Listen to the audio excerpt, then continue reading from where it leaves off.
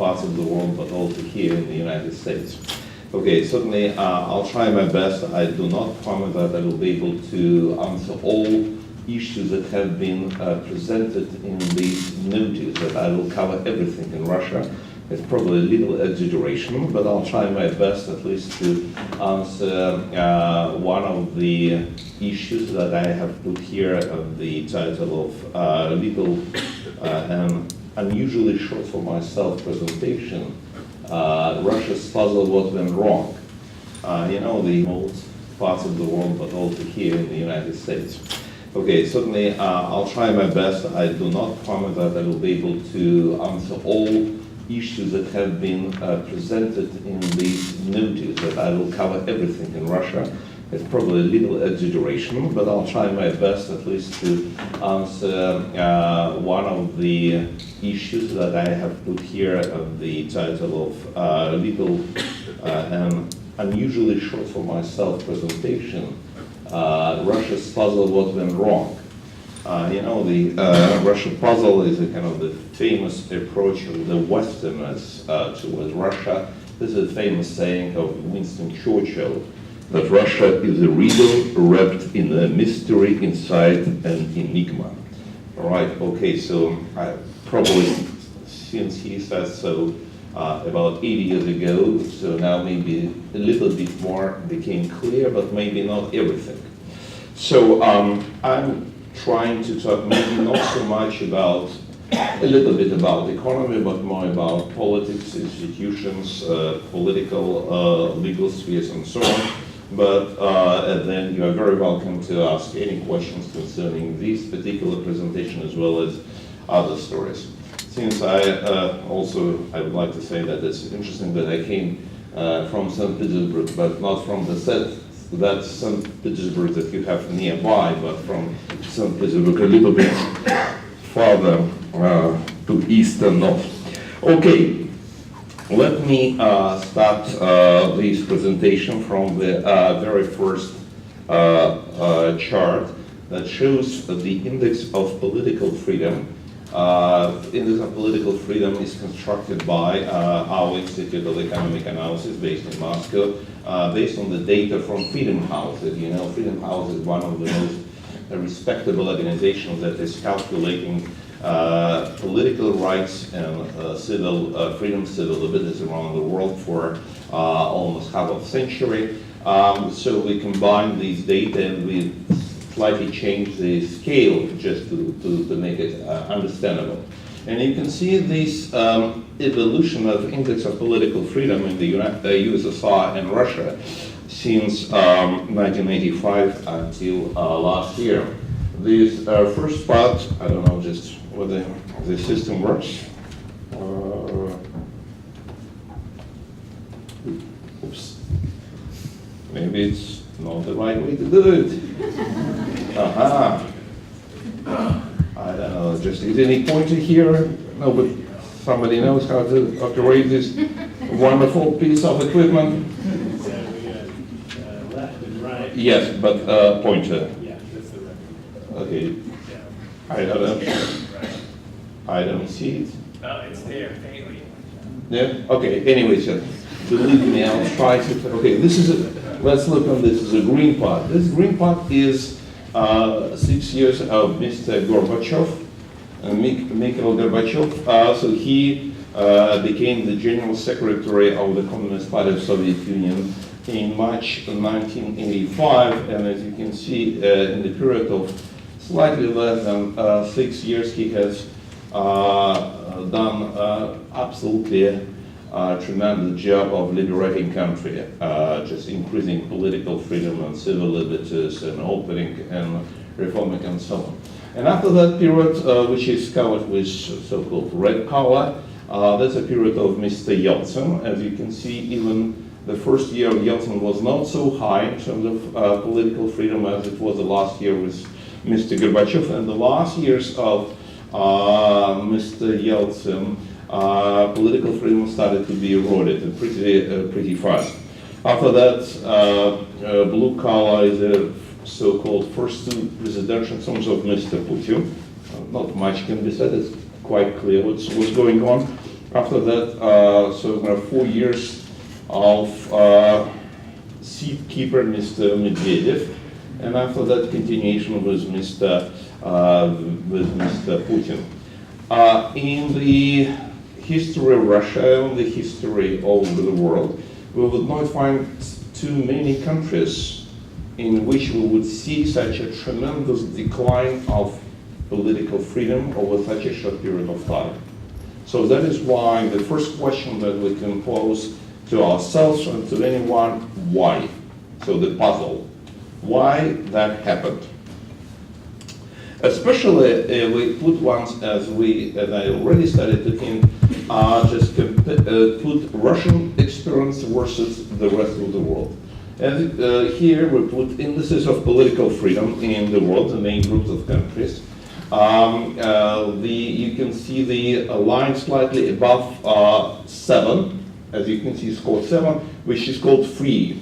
So the countries that considered to be politically free. Here maybe it's a black line, slightly above 3, so non-free countries, which will go down between non-free and free, semi-free countries.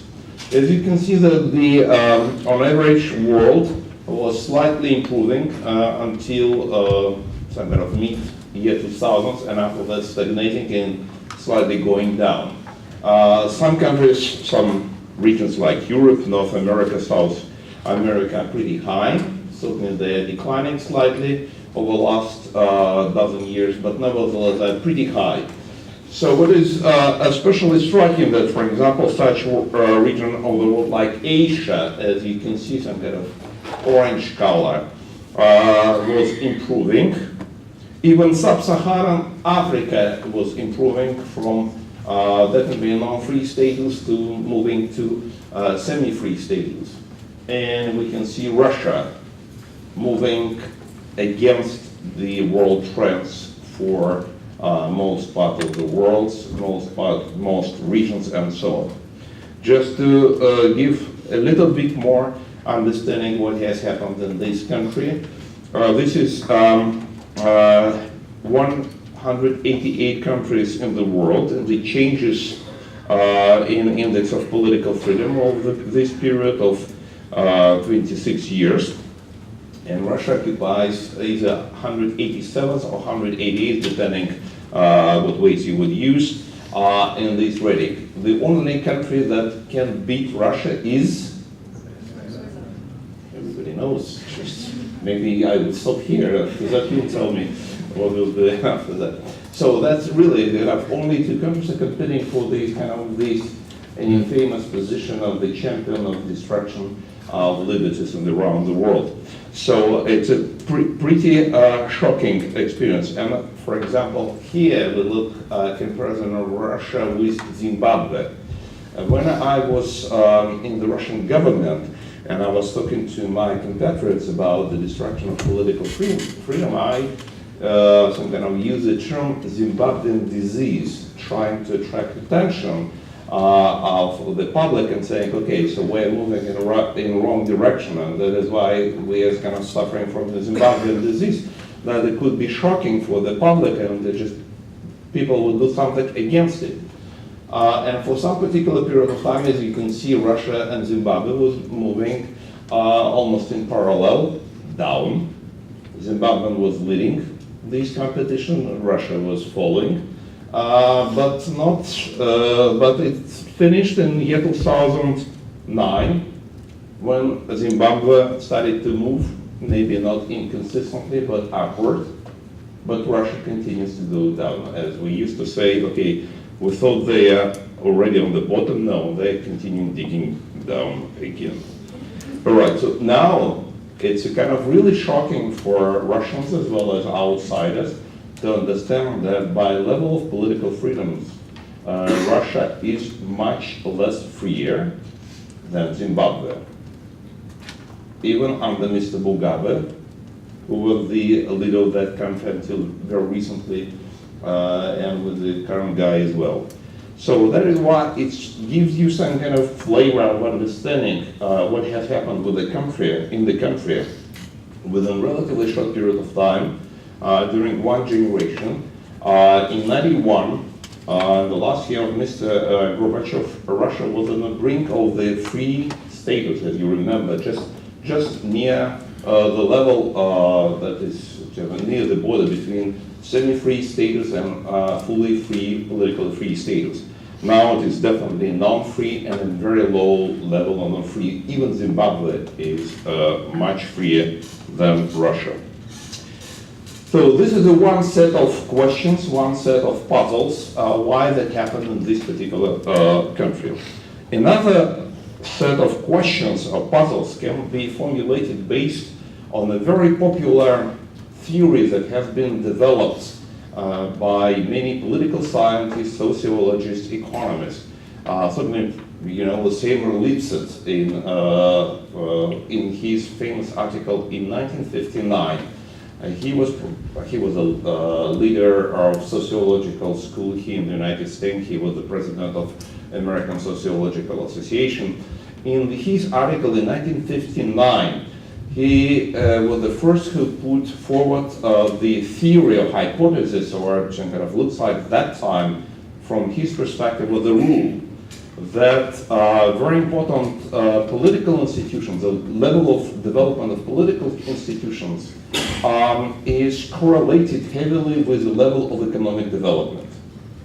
Actually, it was a time of the late 40s and 50s that was very popular in the economic sphere and political science and many other areas to compare different indicators with level of economic development measured by GDP per capita.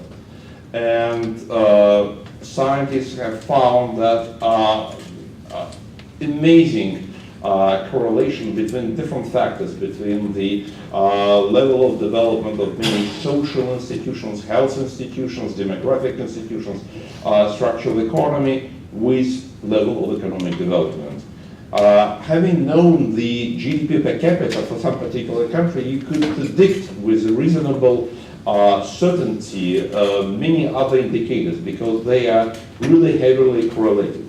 But Seymour Lipset was the first person who said, okay, not only structural indicators for economy, not only health indicators, not only demographic indicators, but also political institutions, including such indicators like democracy or political freedom or political rights or civil liberties, are heavily correlated with level of economic development, with GDP per capita. So that is why the higher the GDP per capita, the higher probability that the country will be more democratic. If there is a GDP per capita is relatively low, it means that it's not a guarantee, but it's much harder to be democratic country, it's much easier to be autocratic or totalitarian and so on. I put here these graphs, these charts that have been built on data from Freedom House. As you can see, on X we have a GDP per capita and political freedom index based on Freedom House data on Y. And yes, probably it's not a very strong correlation, but nevertheless a positive correlation. You see that the kind of the right low part is empty. There is no country which would be very rich and at the same time authoritarian or totalitarian. Just not so many cases. And at the same time, this left upper part of this chart is also empty. So that is why if there is a country is very, very poor, so it's almost no possibility to be a very well-developed political democracy. So that is why in some different countries kind of moving from the left low part to the upper right part. So this chart or such type of chart have been produced millions of times over the last 50, 60 years, and people just look at this and say, and maybe not to predict would be maybe too strong to say, but they would make some judgment, hypothesis, okay, what would be the level of political freedom in some particular country. So similar charts have been developed, as I already mentioned, with many other indicators. This is this similar chart showing the correlation between GDP per capita and the rule of law. It's constructed based on the World Bank governance indicator. So here you can see the correlation even stronger than with political freedom.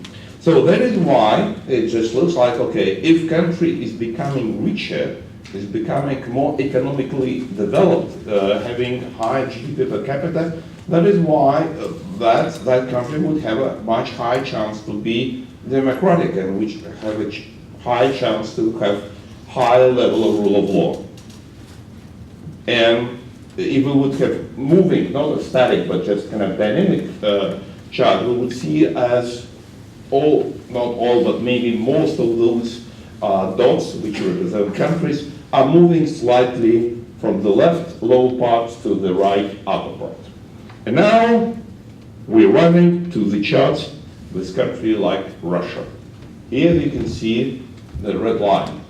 In 91, as you can see, Russia was almost on the world trend, slightly lower than the world trend, but almost exactly on the same level. So that is why in 91, Russia itself, Russia's position, did not differ much from the predicted level, from the so-called world trend.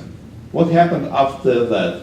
Over this period of 25 years, quarter of century, Russia moved not from the left to the right, not from the low part to the upward, but down and a little bit even just in reverse direction. This is something not only unusual, it's going against what has been predicted, what has been described, not only by Seymour Lipset, but Francis Fukuyama, as you know, the kind of end of history and last man, that countries are getting richer and getting freer and so on, and many, many other people who have seen these regularities based on many, many countries and would predict that it would happen in other countries, including Russia, maybe slightly faster, maybe slightly slow, but in that direction. All of a sudden, we can see that the country is moving against this predicted trend. So, same story or similar story would be with rule of law. It's not moving along the trend, it's moving from the trend. It means the deviation from the global trend, global dynamic is getting larger and larger. So the question is why? So this is the second big set of questions. Now I'm not sure whether you are able to read. If not, I'll try to help you, but just I would introduce the third set of questions, of puzzles of the current development in Russia. I call this communist USSR swan song. We are in the land of swans, so we need to do something with swans. So it's Mikhail Gorbachev liberating revolution of 85 to 91. I just mentioned some kind of basic facts, certainly you've heard it, you know it, but just as a reference point. 1985, glasnost policy, the kind of the policy towards freedom of speech, a very substantial step. 1986, perestroika policy, which is restructuring of national economy, shift in state investment towards consumer goods, release of all political prisoners. For 70 years, USSR had thousands and millions of political prisoners in Gulag, and all of them, for the first time for these 70 years, have been released by decision of Mikhail Gorbachev. Return of Andrei Sakharov from exile. 87, introduction of market reform, autonomy of state enterprises, legalization of individual and cooperative entrepreneurship, opening the economy. 88, reform of the union and the relations between union republics. Ethnic grievances discussed, rehabilitation of persecuted nations, return of Crimean Tatars from exile back into Crimea. 89, withdrawal of Soviet troops from Afghanistan, stop of the Afghan war, political reform, first free parliament election, first Congress of People's Deputies, sweeping democratic revolution in Central Europe. It is important to mention that it is not very widely discussed. In 4 countries of six that had democratic revolution, they have been helped heavily by Soviet KGB. I mean, not crushing revolution, but helping revolution on the direct orders from Gorbachev and executed by Mr. Khrushchev, who was the head of Soviet KGB. Certainly, not very many people are happy to remember about this, but okay, that's a piece of history. It's a very interesting, very unusual. It's not something that we some kind of would expect from such organization. 1990, Lithuania's independence restored. The sixth article that's saying that okay, the Communist Party is the leading force of the Soviet society has been removed from the constitution. Multi-party system in the Soviet Union legalized. Soviet Union in the person of Mr. Gorbachev allowed unification of Germany after more than 40 years. 91, free exit from the USSR legalized. Before that, it was not possible. It is necessary to have a special visa in your passport. For example, Russian Soviet citizens did not have foreign passports, just they could not travel. But even if they had foreign passports, they need to get a special visa to leave the country, not to enter some other countries, but to leave the Soviet Union. So it has been removed. Dissolution of the Warsaw Pact, failure of the August coup, Baltic countries and Ukraine proclaimed independence, peaceful dissolution of the Soviet Union, and so on. That was a remarkable, that was a real revolution for 6 years. So, and now, when even I'm trying to kind of recall all these events, it sounds like from the different world, from the different epoch. It's kind of, it looks like it did not happen with us. It happened some kind of in different century. And what we have now, new Russia's hawk scream. Vladimir Putin's murders, terror, aggressions last almost 19 years. And just once again, I will go through pretty quick because it's a lot to discuss, but some of them is certainly very well known to you. 1999, Vyacheslav Chernobyl, one of the leaders of Ukrainian, leader of the Ukrainian independence and democratic movement, assassination with the help of FSB. Kind of another involvement of the KGB. Houses explosion in Moscow, in Buynaks, in some other places in Russia. 307 people died. It has been organized by FSB. Second Chechen War, more than 40,000 people have been killed.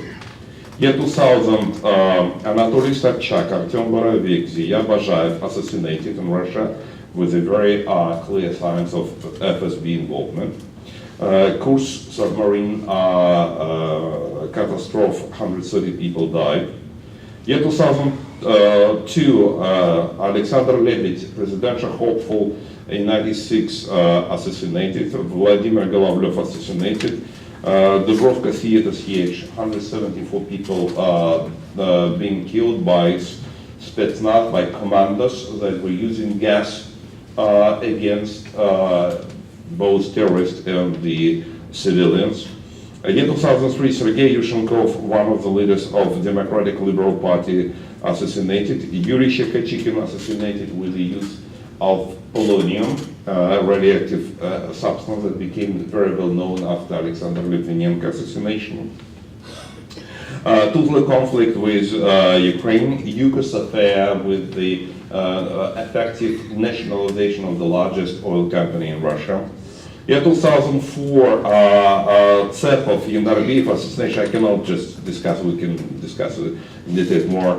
Beslan hostage murder, 333 people died when the commanders were using shelling tanks. Again, the school where hostage have been taken. And they're using tanks and they're using flamethrowers against more than 1,000 kids, their parents and their teachers who have been held hostages in the Beslan school. Next year 2005, Maskhadov, Trofimov, assassination gas war against Ukraine. Year 2006, Politkovsk-Litvinenko assassination, ethnic cleansing of Georgians in Russia. Year 2007, Ivan Safronov, Yuri Chervochkin assassination, cyber war against Estonia. Year 2008, Magomed Yevloev, Ruslan Yamadayev, Mikhail Beketov assassination against Georgia. More than 1,000 people have been killed. Year 2009, Markelov, Baburova, Yamadayev, Estemirova, Aushov, Magnitsky assassination, gas war against Ukraine. Year 2010, Polish president plane crash in Smolensk. 96 people died with a very, now it's became known that the two explosions happened to be on the board of the plane, and it is a very high level of cover-up from the Russian side. In 2011, so-called Duma election, the Duma is the Russian parliament, only 17 million votes have been stolen in this election. Year 2013, hybrid war against Ukraine. Year 2014, conventional war against Ukraine, Crimea annexation. More than 10,000 people killed in that time. Russian missiles shooting of MH17, Malaysian Airlines. 298 passengers have been killed. Year 2015, Boris Nemtsov assassination, intervention in the Syria civil war. More than 4,000 people have been killed.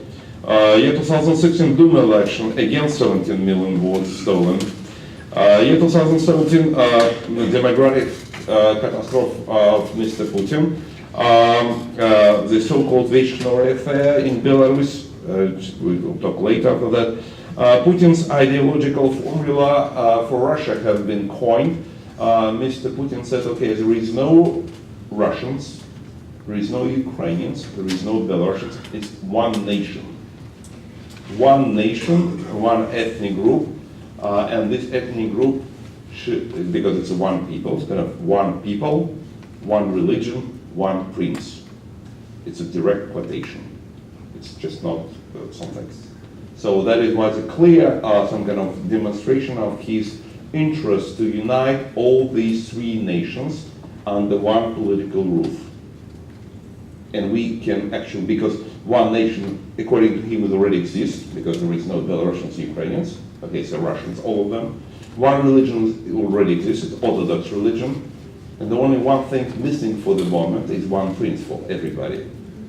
Probably we don't have big puzzle who that prince should be. Okay, year 2018, US-Russia military clash in Euphrates, the first time probably in the history when the kind of US and Russian forces clashed and more than 200 people have been killed. Interventions in the Central African Republic and Libya. Right, so just we can compare what was just quarter century ago under Mikhail Gorbachev and what we're having right now. It looks like we're talking about two very different countries, two different epochs that have nothing in common.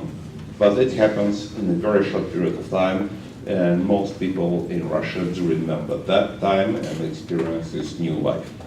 What is more shocking, I tried to calculate, as you can see, a new indicator, which I like a lot because I have calculated, it's just understandable.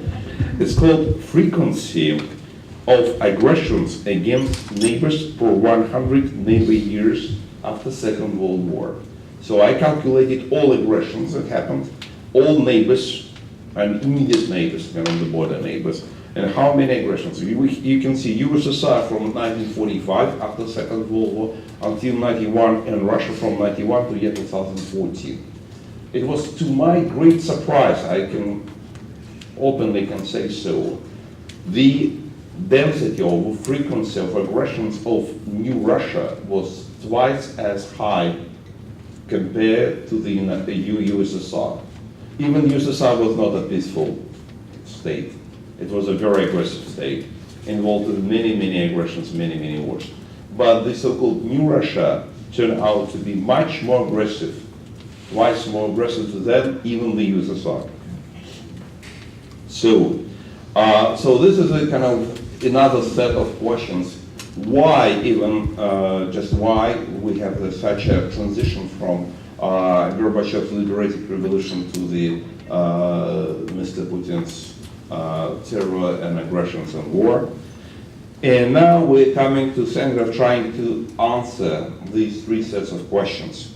The first observation that I'd like to to offer to you, which is important for science, for political science, for economics, that is dealing with so-called transition from the totalitarian state or from communist state to, usually people talking about, to market economy. So this is evolution in understanding of this evolution, understanding of this transition.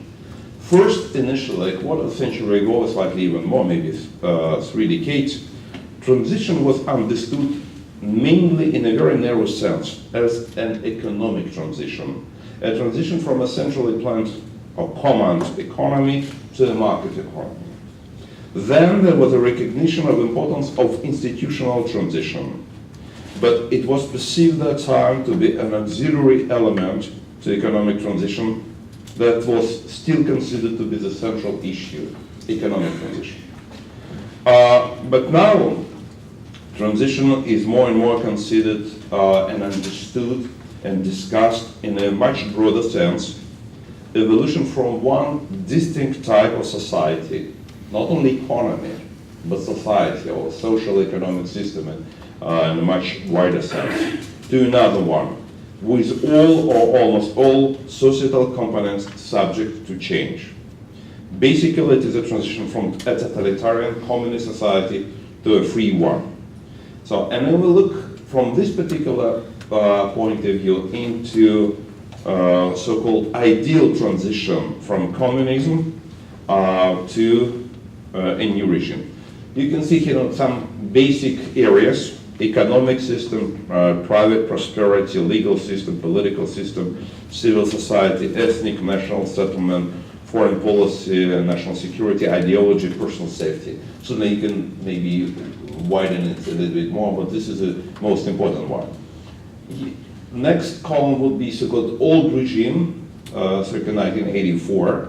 And after that transition, nobody knew that time how this transition would, but there was some understanding of the new regime, gold regime. So, idea was in economy, movement or transition from centrally planned economy to free market economy, private prosperity from poverty or low living standards to high living standards, legal system from rule of the party to rule of law, in political system from communist dictatorship to liberal democracy.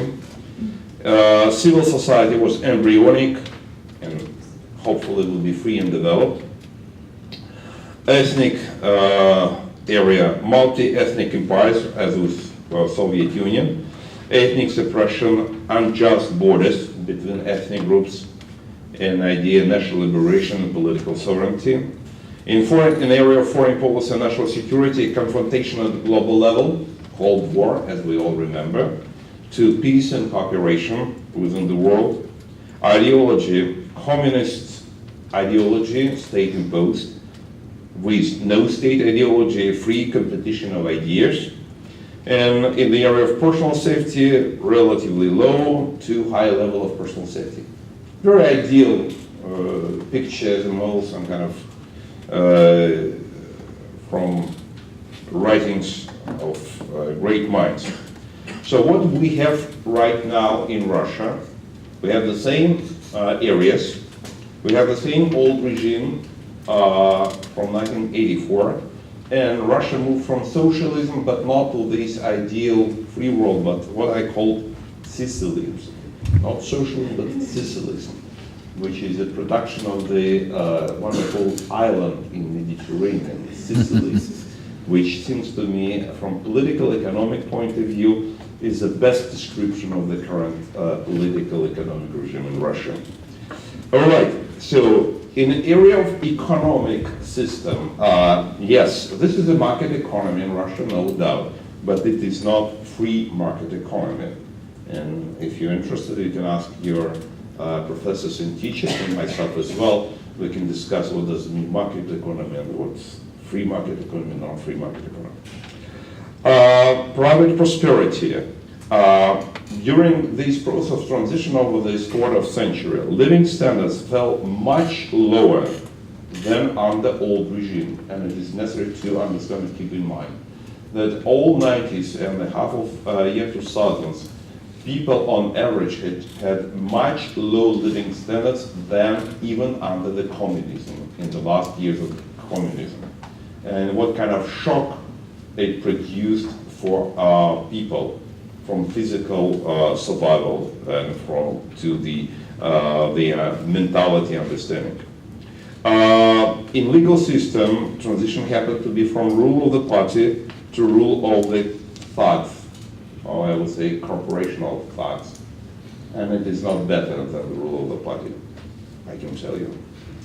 Political system from hard authoritarianism of late Soviet Union to hard authoritarianism or semi-totalitarianism under Putin and the corporation of former KGB or current KGB FSB officers. Civil society was suppressed then, suppressed now.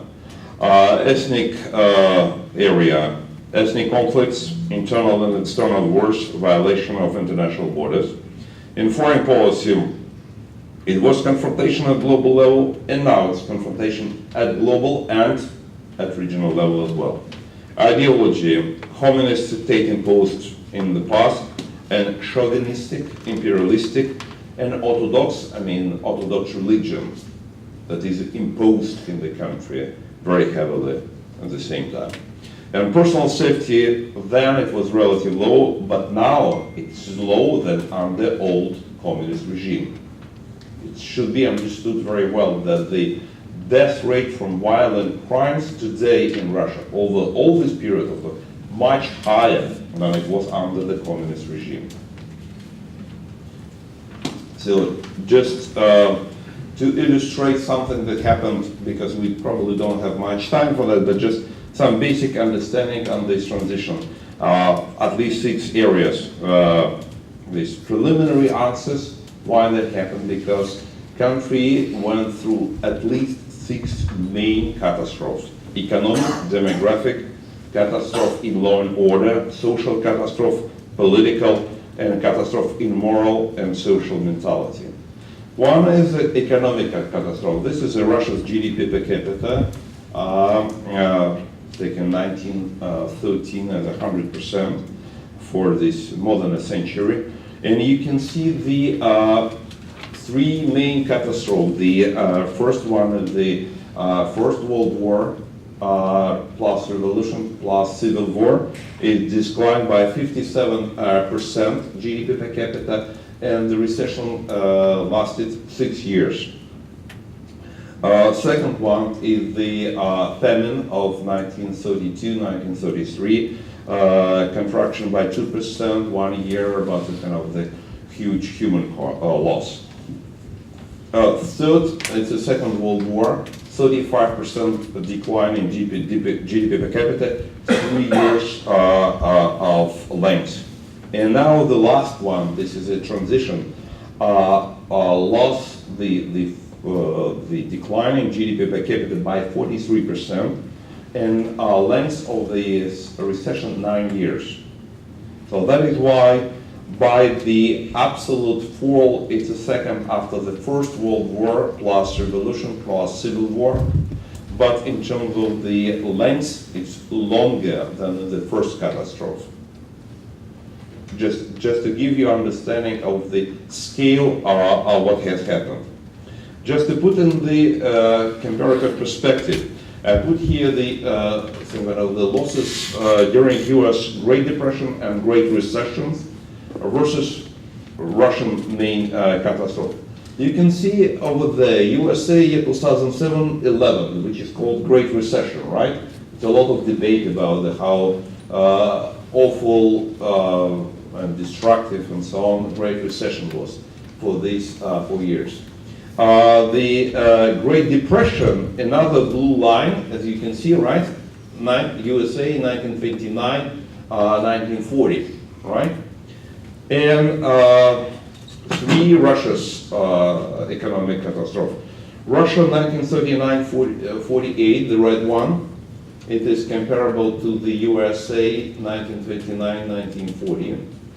Russia's 1960-1934 is much larger, much deeper, much longer, and the cumulative loss of economic wealth much, much larger than even during the US Great Depression. And the Russia's transition catastrophe from 1989 to year 2006, comparable, it's almost the same as cumulative losses in economic wealth in Russia from 1916 to 1934. And certainly you can see, for example, the cumulative loss of wealth in the United States, let's say, over a period of this Great Recession toward the transition in Russia. Frankly speaking, is incomparable. Just you can imagine how much suffering, economic suffering and living standards people had. So, and it could not be avoided demographic losses, because it's not only loss in material well-being, but it's a loss of life that is reflected in much lower birth rate, much higher death rate, and much shorter life expectancy. Same catastrophe, this is a catastrophe of the First World War, the famine, Second World War, and the transition. As you can see, the length of this catastrophe, of the last one, is much longer. It is 16 years of decline in population. It's much longer than any one previous catastrophe.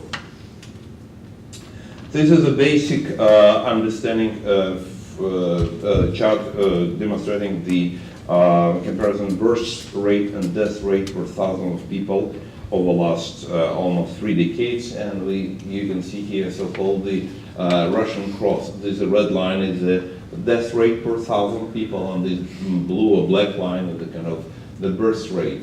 And there's kind of this here with a positive increase in natural growth of population, because they met, so just because negative decline, it continued for all this period of time. Just for a few years, they came together, and with a slight increase by 2,000 to 10,000 people per year. And now, as you can see, new catastrophe is going down. So birth rate is falling, and death rate is some kind of stagnating, a little bit going down, but nevertheless, birth rate is falling much faster. In terms of demography, the share of men population, the total population, as you can see, after each of the world year, the share of men population falling substantially. As you can see, 1926, the year of census, shows substantial decline of this share compared to the previous one. Same story in 59 after the Second World War. And now you can see after 1989, the transition period, the share of men population, the total population, is falling again. It is not yet as low as after the Second World War, but is still much lower, already much lower than after the First World War. It's like after the war. After the First World War, that's the century that we marked a couple of days ago. So catastrophe is lower in order, social violence, this by external reasons per 100,000 population. As you can see here, the kind of the line for European Union. For new European Union, kind of from the Central Europe, and Russia, the green line, which is much, much, much higher than any comparable countries. And here the so-called safety catastrophe and explosion of criminality, homicide rate per 100,000 population in Russia compared to the United States and compared to OECD. That's a demonstration that safety became not only the kind of the criminality and the death rate, it's death rates, not only attacks, not only some kind of burglary. It's a death rate, it's a homicide. So it's many times higher than the US or OECD, and it is still higher.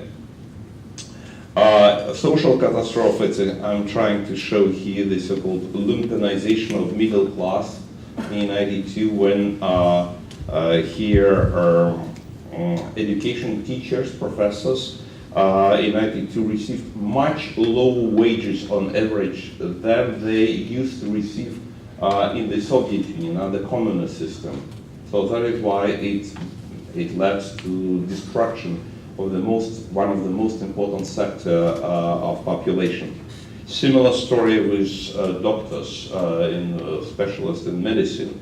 So that is why the shock was not only some kind of evenly distributed for the whole society. This shock has been concentrated mostly on the people educated in the sectors of education, health, and so on. Political catastrophe is the election fraud index in Russia. So it's also a product of our Institute of Economic Analysis. It's not enough time to explain these kind of how we constructed it, but just you can see that the Soviet Union it was a pretty high level of fraud. After that, in the early 90s, there was almost no fraud, almost honest elections each time, and after that, with the arrival of Mr. Putin, it's coming up to this extremely high level. Another very important element of this political catastrophe, the so-called entrance of Siloviki. I understand this is a Russian word, is not very well known yet, but probably will be. So that is people from special forces, from political police, from intelligence, from army, all these ministries, some kind of agencies and ministries that are using force, using violence, using coercion. So all those people move to the political system.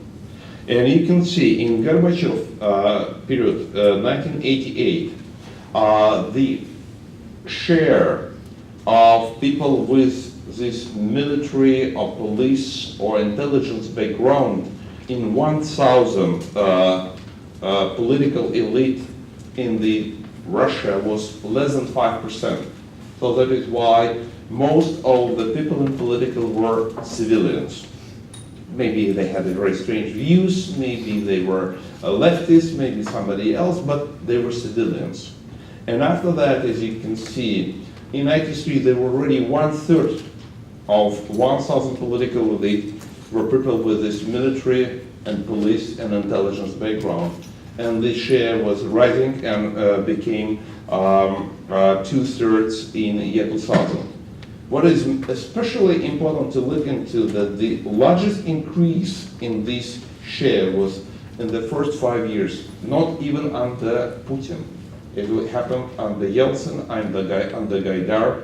So those people brought these people with intelligence background to political system in Russia. Another chart demonstrating this professional background of political elites, top 1,016 bureaucrats in year 2000. So 77% of them right now are those Siloviki people with military, police and intelligence background. Some of them open, as you can see, 51% they put openly in their biography and CV that, okay, they are from Ministry of Interior, from the Army or from FSB. But 26% they're hidden.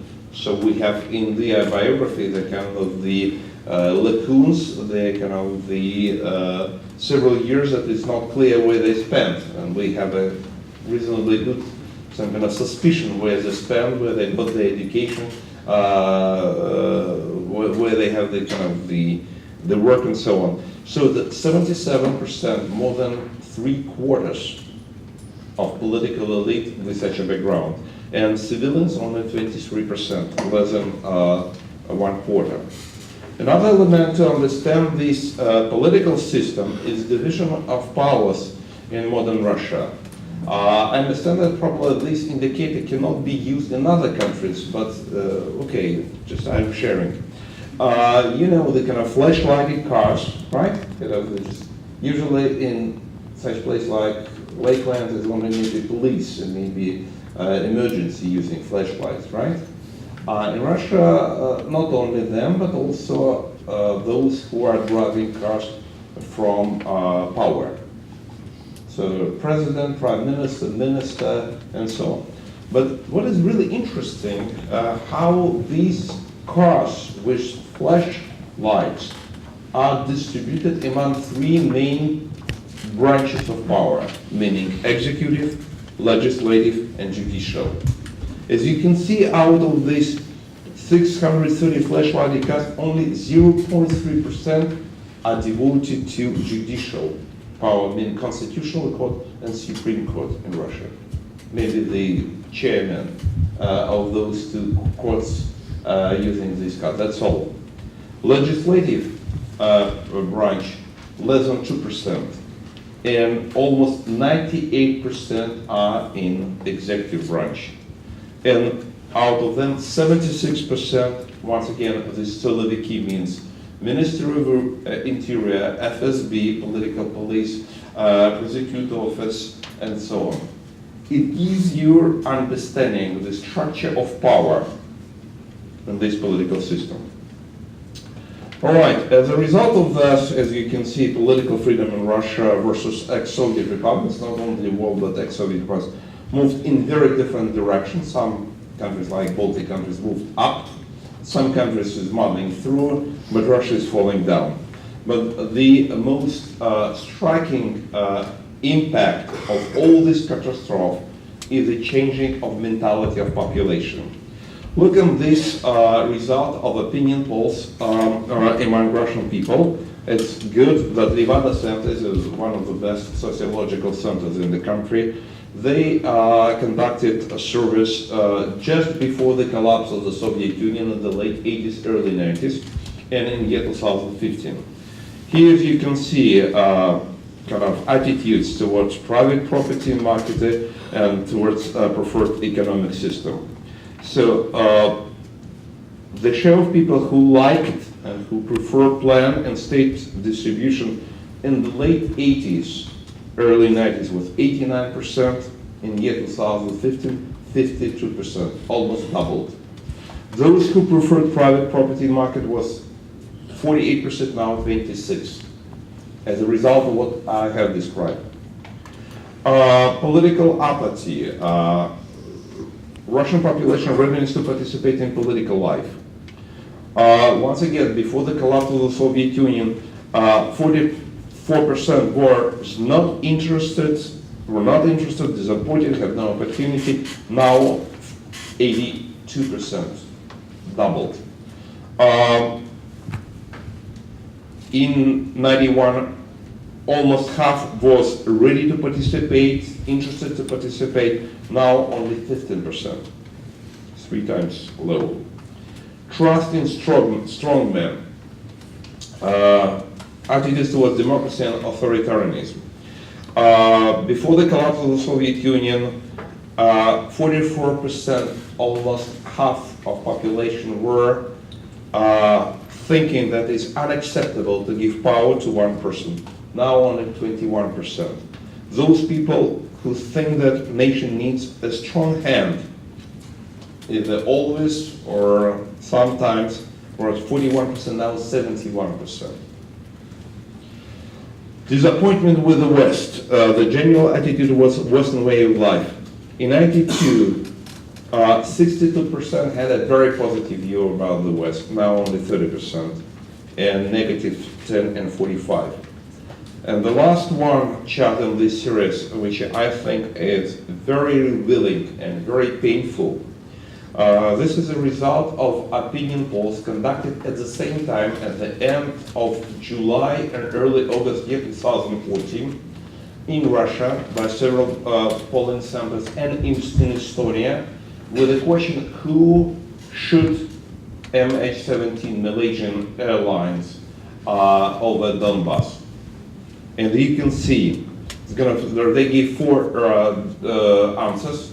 Either Ukrainian army, Ukrainian special forces, United States as an option, separatists in Donbass, and the Russian government, Russian army. Four.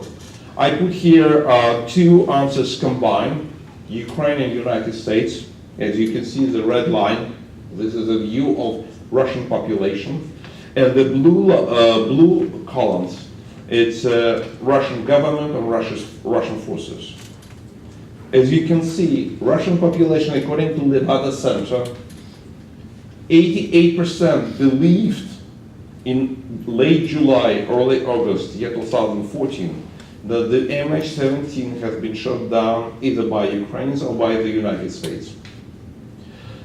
Very similar result from another polling center. It's remarkable that the Russian and the people who thought that it was the Russian government, 1%. Now we know that was the Russian government because of the Russian missile. There was a Russian military that had been sent to Ukraine. It has enormous information. We now even names of those people who were on this machine. So just it's kind of confirmed that very soon The Hague and the Netherlands would announce all the details. But people in Russia who thought that Russian government and Russia's forces is involved and is responsible with it, 1% according to Levada Center, 1% according to VSIO, and even those who have been polled in Estonia but Russian ethnicity, 1%. It gives you once again the understanding of the zombing, of the mentality, zombing, or psychological zombing of people who are consuming the disinformation to such a level that they cannot rationally thinking. They cannot rationally think because they have an absolutely disinformed worldview. And even some Estonians have the view, but it's not so important. So that just, you need to understand that it's not only demographic catastrophe, it's not only economic catastrophe, not only political catastrophe, it's a catastrophe in mentality, in thinking. All right, and since it looks like we are moving to the end of this little short presentation, okay, so what we need to say that once again, important. It's very important to understand evolution in understanding the factors of success or failure in transition. Initially, successes or failures in transition were mainly explained by structural factors, like a level of economic development, level of education, length of existence under the communist regime, access to open sea, distance to Brussels or London or Düsseldorf, etc. Then attention was concentrated primarily on economic policies and institutions, its speed and scale, like Washington Consensus or shock therapy or Big Bang versus gradualism and so on. Now, successes or failures in transition are more and more interpreted as a result of cultural factors. Common mentality of social strata, personal and psychological features of leaders, their characters, interests, knowledge, education, ideologies, worldviews, their personal propensity to corruption, their readiness to coercion, violence, and aggression. So in my final answer, not so much devoted to Mr. Putin because it's rather well known who's here, what his view, what his interest, and so on. But those people who actually made possible Mr. Putin's coming to power, because without them, Mr. Putin would never come to power. I mean, Mr. Gaidar and Chubais, who have been presented in the world, in Russia and outside of the world, as the reformers, and those people who reformed the Russian economy. What I have shown previously with all this catastrophe, economic, demographic, social, so that's their result. It was before Mr. Putin. So here we can see that their interest, these people who have been once again presented as a so-called liberal reformers by IMF, by the World Bank, by international media, interest to exchange state property into personal power of them. Chubais his own phrase, our privatization was unjust. Our political construction was to give property to those who stood close to it. Bandits, communist leaders, red directors. It's a quotation. It's not interpretation. It is personal quotation. Gaidar, our purpose was to give state property to military as well as to secret police. He's from his lecture in London School of Economics. Ideology. So they are part of nomenclatura, party nomenclatura, secret police, imperial, kind of even pro-Castro, Cuban pro-Castro. In winter 91-92, Gaidar sent $200 million to KGB GIU. Now everybody knows what is GIU. It's kind of the Russian military intelligence. Eavesdropping center in Havana. In autumn 92, he gave $1 billion from IMF loan to KGB-owned Eurobank in Paris that was engaged in financing communist and KGB sabotage activities in Europe. You can imagine a country in the deepest economic, demographic, political crisis. There is no money to pay wages, pensions, whatever. And the whole budget of Russia in 92 was $10 billion. And IMF is giving loan for $1 billion, and that billion Gaidar is sending to support KGB activity in Europe. Just, you can imagine, it cannot be explained by any structural factors. It can be explained by only one thing, mentality of those people. Attitudes towards war, numerous violations of constitutions and other laws.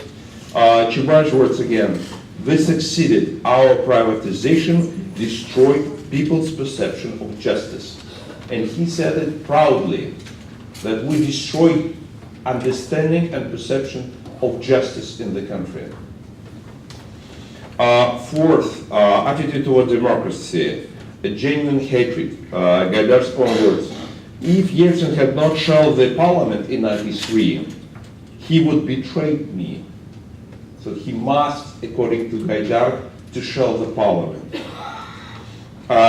Only 12 shells that, according to him, killed no deputies. What are you talking about? Nothing. Chubais said a couple of days ago, democracy is a wrong aim for Russia. Attitudes towards Soviet Empire, protective and nostalgic. Gaidar said in 97 that we underwent the world geopolitical catastrophe. And Mr. Putin borrowed from him in his year 2005 speech that the largest geopolitical catastrophe of the 20th century was the dissolution of the Soviet Union. But it was not his words, it was the Gaidar's words. And attitudes towards liberty, rule of law, human rights, negative. Total absence in the vocabulary of such terms like freedom, democracy, human rights, rule of law.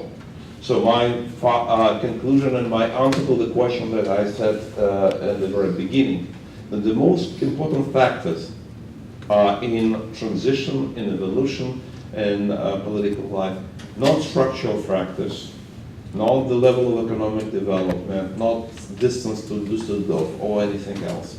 The most important is mentality of those people who happen to be at the top of political power, because they would pursue policies according to their worldviews, regardless of what's going on. Certainly it can be found in some other places, in the democratic world as well, but in the world that is non-democratic, it's much easier to introduce, to impose this mentality and policy based on this mentality on society. Thank you.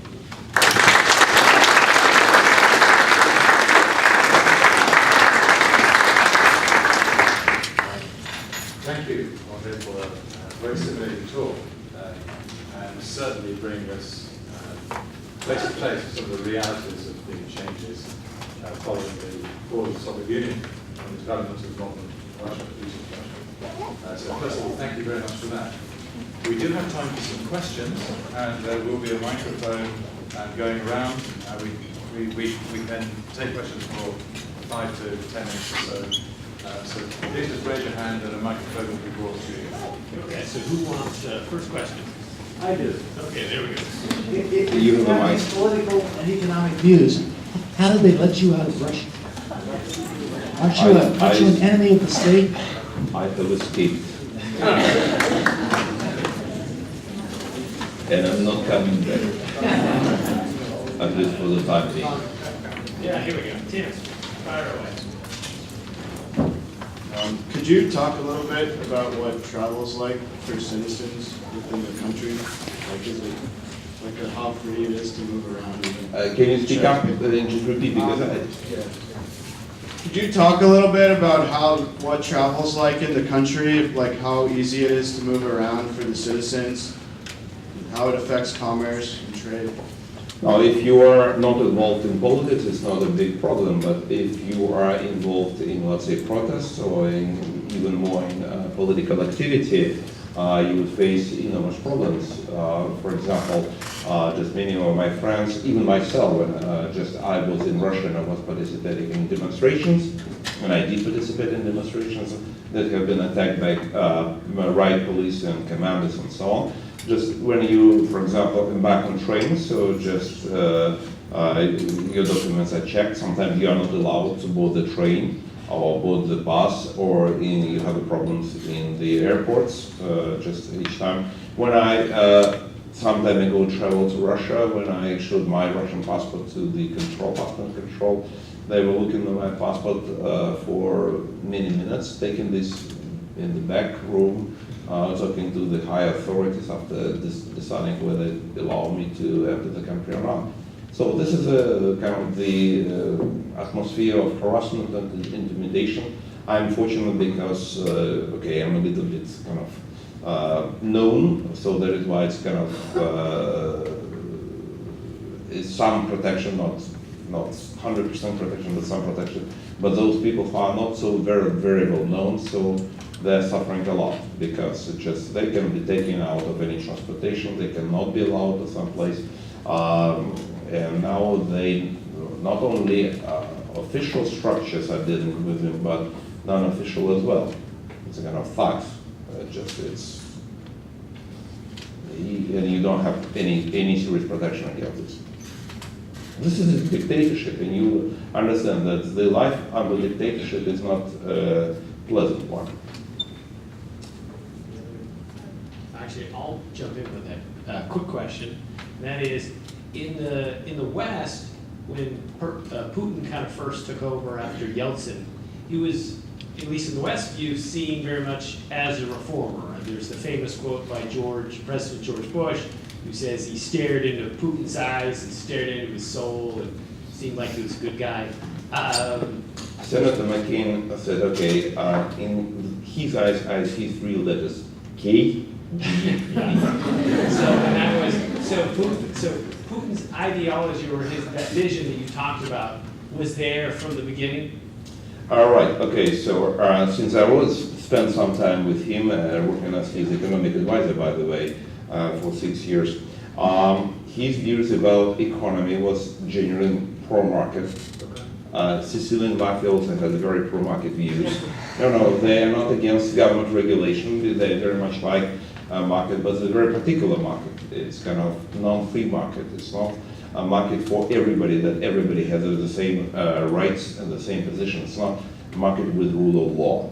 So that is why he's used very close to this approach. And because that time, many people considered this is a big battle between planned economy and free market, and market system, whether free, non-free, paying not much attention. So that is why any market is better than centrally planned system. And frankly speaking, yes, even Sicilian Mafia system is better than centrally planned system. Yes, second best, but okay, nevertheless, it's not the first best. So that is why, from this point of view, yes, and he continues to be, to some extent, like this. So that is why he understands that his personal wealth that he has acquired in this position, he could do it only in the market system. He never could think of anything what he has right now with all his yachts, jets, his palaces, estates, and the centrally planned system. Never. So that is why his attitude towards market system is generally positive. And for a long period of time, he is the main preserver of reasonably good macroeconomic policies.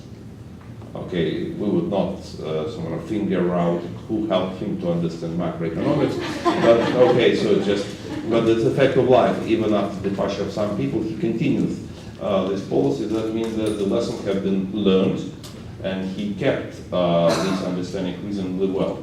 But he genuinely against the kind of basic understanding of rule of law, of political freedom, of personal liberties, of democracy, that is very alien to him, and with time being, it's becoming more and more some kind of pronounced in this way. Oh, yeah. A comment and then a question. I don't think I need that. Yeah, it's just nice and loud. Well, your scattergram showing the influence of GDP with freedom of countries. Are you familiar with Adam Smith, Wealth of Nations? That proposition? I'm sure you are. Yeah. Good for you. Well, I'm surprised you're able to read that much. But anyway, congratulations. That thesis that you put on the 1959 chart, the economist there, of course, Adam Smith had that proposition well before that. That's my comment. He My did not question. use such nice charts. So No, I like your chart. help I like him. your chart. It's a true chart. It's not a fake news chart. The other thing I would like to ask is President Reagan's influence on Gorbachev's reign from an economic standpoint. I think most of us, except some of these young people in here, don't understand what the question is. Maybe you know, elaborate on it. I would say that probably the impact of Gorbachev, of Reagan on Gorbachev himself in terms of economics was not maybe too great. It was some, but I would not say that it's too great. I think the impact of Gorbachev, of Reagan and Thatcher on the world thinking and the world mentality was crucial, because these two leaders, leaders of UK and US, were extremely outspoken and very persuasive in shifting the global discussion about markets, about freedom around the world. And as it is, it influenced everybody, including Gorbachev. But Gorbachev came from the Soviet Union, and the economic situation in the former USSR was such that whoever would be in the West, he would move in this direction. Certainly, Thatcher and Reagan helped a lot, because they were very good counter actors with whom Gorbachev developed some good relations, and that the personality of both of them have helped Gorbachev to move much more dynamic in this direction.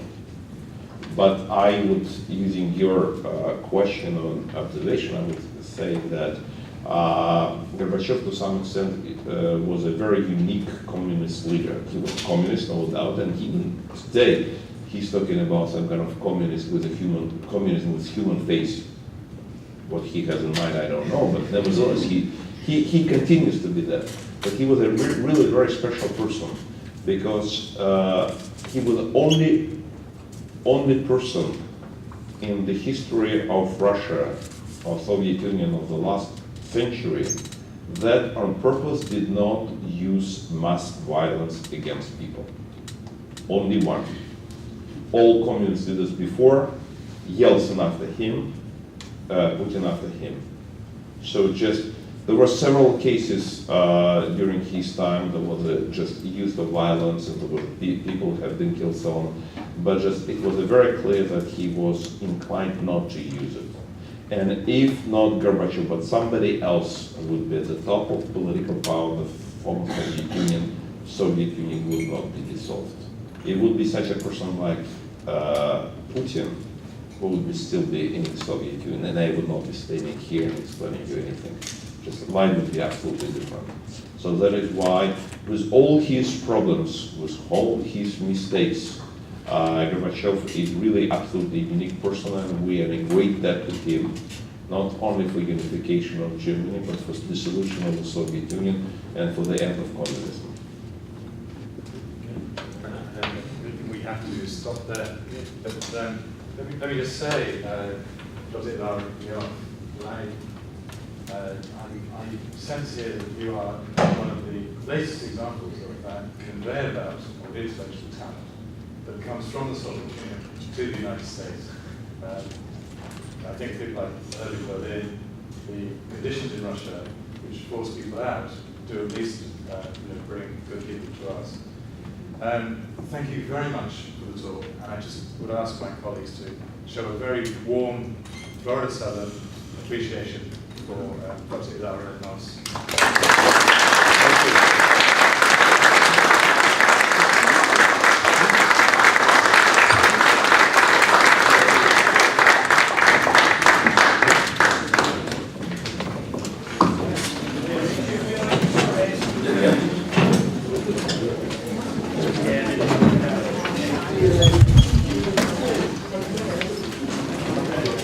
What's your chair on the Yes.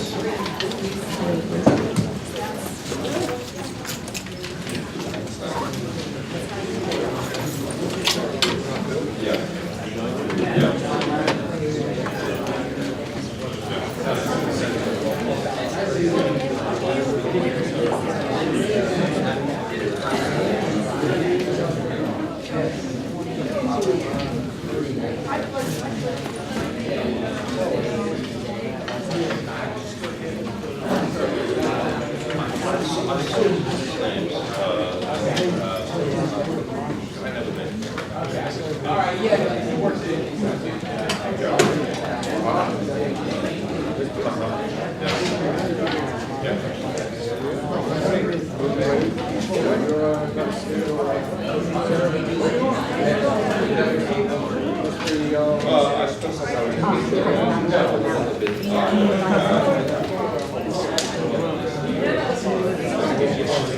I know.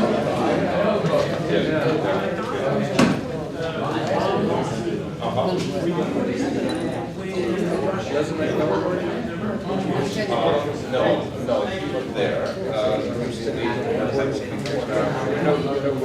I was advising the Georgian for many years.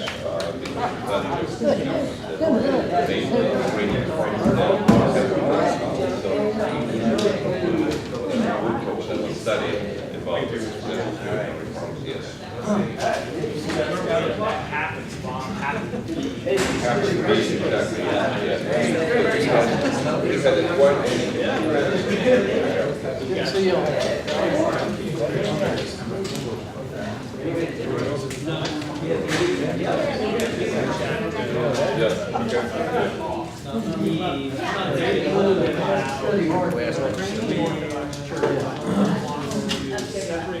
Correct. Yeah. Yes, correct. It's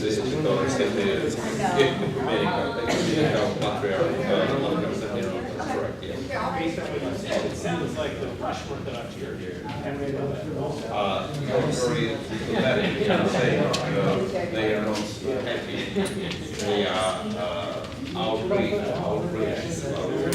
There is a real civil war in this regard. Perhaps take a pause.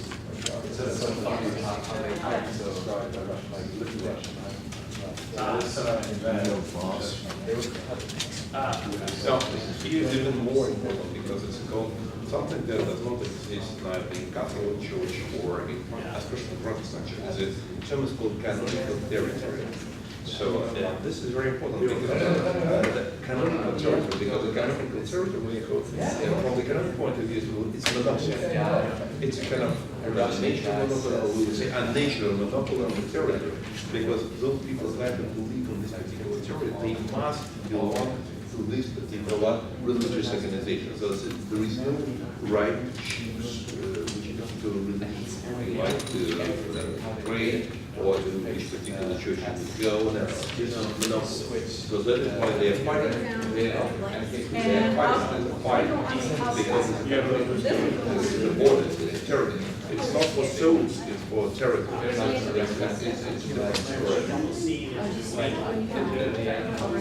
yes, it's like imperial heritage.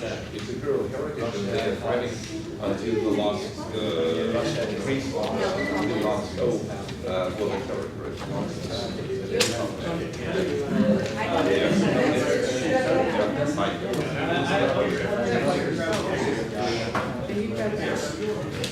It will cost you a lot to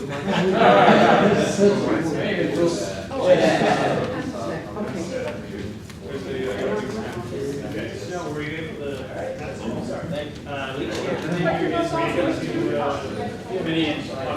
just like.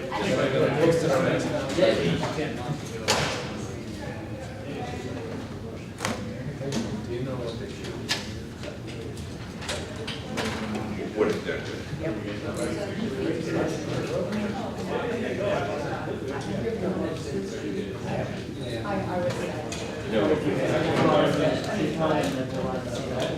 Sitting back and work. Sure. No, really.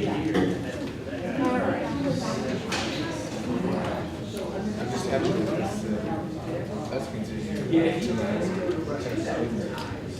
These days, it's been, when he does go, he's spending more time in Georgia. Only 500,000. It's cheap. It's really one. Yeah, it's just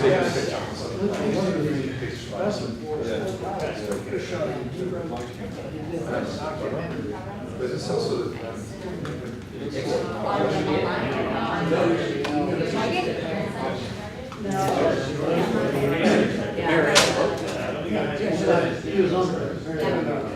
We sold it, we missed that. Is that? That's coming up. That's the one we want to see.